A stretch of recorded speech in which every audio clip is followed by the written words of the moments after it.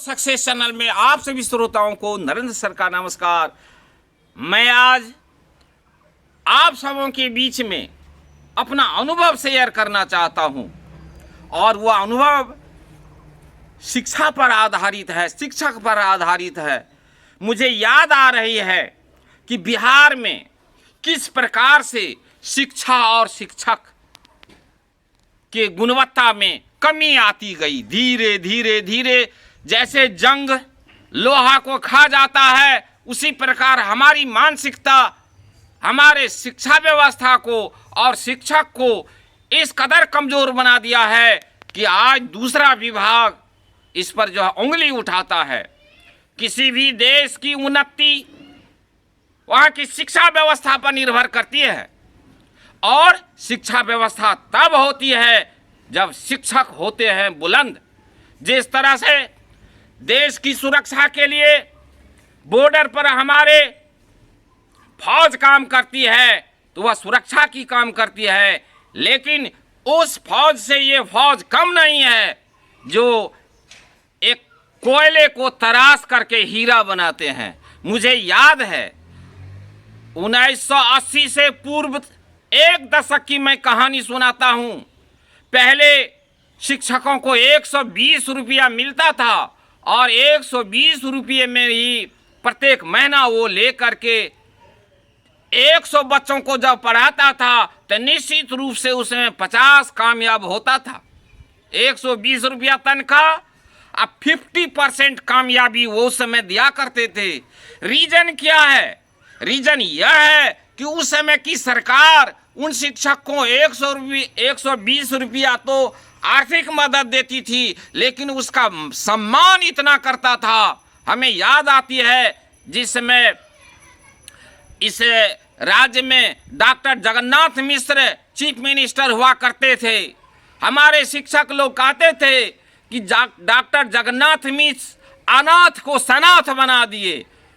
तो आज उस बातों को हम याद करते हैं तो किस प्रकार डॉक्टर जगन्नाथ मिश्र ने बिहार की शिक्षा व्यवस्था में शिक्षकों को अपना अनाथ फील करते थे, उसको सनाथ बना दिए थे। उसका भी एक उदाहरण मैं पेश कर रहा हूँ। 1974-75 की बात है। बिहार के जितने भी हाई स्कूल थे जो समाज के कॉर्पोरेशन से चलता था, चंदा चिट्ठा से चलता था, एक साथ सबको राजकीयकृत कर दिया। और उसी पहला चरण है जब राजकीयकरण हुआ प्राइमरी स्कूल का, मिडिल स्कूल का, हाई स्कूल का, तो एक बल मिला। शिक्षकों को लगा कि आज हम बिल्कुल एक मजबूत धुरी से बंधे हुए हैं। कालांतर क्या हुआ? धीरे धीरे धीरे शिक्षक एक टूल्स हो गया, एक हथियार हो गया, जिस हथियार का प्रयोग सभी कामों में होने लगा। सिर्फ शिक्षक को सिर्फ और सिर्फ शिक्षण का काम चाहिए। पहले भी हमारे शिक्षक दूसरा कोई काम नहीं देखते थे। बच्चों के सर्वांगीण विकास के बारे में सोचते थे, अपने से हाथों में कुदाली लेते थे और फूल पत्ती बागवानी करवा करके बच्चों में कृषि की शिक्षा दिया करते थे। समय बदलता गया, सरकार की सोच हो गया शिक्षक को हम मल्टीपर्पस वर्कर बना दें। नतीजा क्या हुआ? एक साधे सभी सधे, सब साधे सब जाए। शिक्षक को मल्टीपर्पस वर्कर बना करके सभी कामों में लगा करके इनकी जो ओरिजिनलिटी थी उसको खत्म कर दिया। हमारे पुराने शिक्षक 24 कैरेट सोना के समान थे। आज हम देख रहे हैं उन्हीं शिक्षक को, आज मेरा शिक्षक समाज के चारों तरफ उंगलियां उठ रही है। कहाँ कारण है? कहीं न कहीं इसमें दोष हमारे प्रतिपालक का है। हम सभी तो प्रजा हैं और प्रजा की खुशहाली प्रजापति के पास होता है, यानी सरकार के पास होता है। तो आप जानिए कैसे हमारे शिक्षा व्यवस्था धीरे धीरे धीरे जहाँ शिखर पर था, पूरे संसार के लोग आते थे नालंदा विश्वविद्यालय में पढ़ने के लिए, विक्रमशिला विश्वविद्यालय में आते थे पढ़ने के लिए, और ये दोनों विद्यालय बिहार में ही अवस्थित है। आज उनकी खंडहर है। पहले ये जीता जागता हंसता खेलता दुनिया को संदेश देता हुआ संस्थान था। हम इस व्यवस्था को 3 भागों में बांट सकते हैं। एक भाग तो हम कह सकते हैं डॉक्टर जगन्नाथ मिश्र जी का कार्यकाल, दूसरा माननीय लालू प्रसाद जी का कार्यकाल और तीसरा माननीय वर्तमान मुख्यमंत्री नीतीश कुमार के कार्यकाल पर हम इस पर प्रकाश डाल सकते हैं। हमें याद है कि किस प्रकार शिक्षक 9:30 बजे तो 9 बजे स्कूल आ जाते थे और विद्यालय में 2 शिक्षक मिलके 500 छात्रों को शिक्षा दीक्षा देने का काम करते थे। हाई स्कूल में मैंने देखा है सिर्फ 7 शिक्षक 700 छात्रों को पढ़ाने का काम किया और हीरा मोती जैसे तराश उसके आदमी बनाने का काम किया। हम आपको याद दिलाते हैं गुरु गोविंद साहब जी के फौज में कम ही सैनिक हुआ करते थे, लेकिन उसका युद्ध शैली कुछ अलग था। इसलिए गुरु गोविंद साहब कहा करते थे, चिड़िया से मैं बाज लड़ाऊं और 1.25 लाख पर एक भिराऊं और तब मैं गुरु गोविंद सिंह नाम कहाऊं। मुझे याद आता है एक शिक्षक सेनापति भी हुआ करता था। शिक्षक की संख्या कम थी लेकिन उसका हौसला बुलंद था। हौसला क्या है वो आपको बताते हैं। सरकार के भी तरफ से उसे मान सम्मान था और सोसाइटी में तो समझिए शिक्षक को भगवाने लोग मानता था।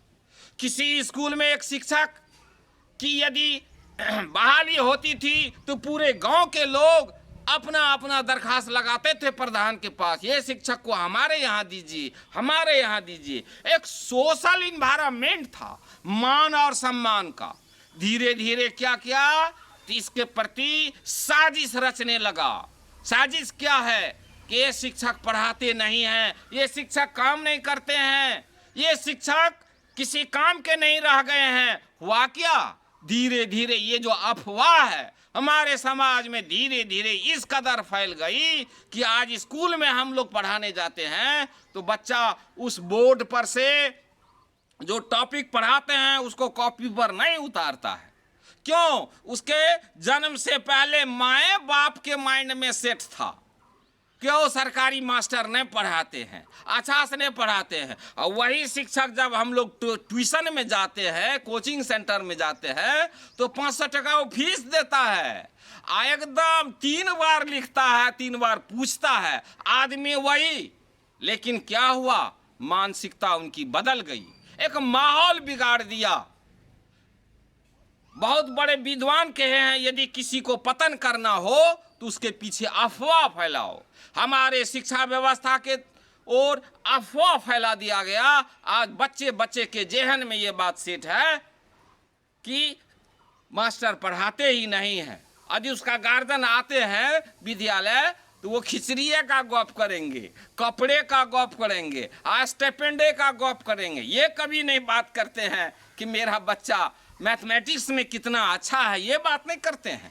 तो हमारा जो ये शिक्षा व्यवस्था है धीरे धीरे जो है जो उच्च कोटि का था वो आज निम्न कोटि में बदलते जा रहा है। सुधार कैसे हो सकती है, तो इसका रिफॉर्मिंग भी जरूरी है। रिफॉर्मिंग ये है शिक्षक को सम्मान देना। अभी हमारे सारे शिक्षक हाई कोर्ट से सुप्रीम कोर्ट तक लड़ाई लड़के फिर घर आ लौट गए, आज हड़ताल पर है। अरे हमारे संत लोग कहे थे कि मन चंगा तो कठौती में गंगा। चाहत यदि शिक्षकों के अंदर होगी तो क्या हड़ताल, क्या कहते हैं छुट्टी, कभी भी जैसे गाय बछरू को दूध पिला देती है उसी तरह पिला देगा। ए सारे मानसिकता को झकझोर दिया। नए नए विचारधारा, नए नए कानून ला करके आज हमारे शिक्षकों को झकझोर दिया है।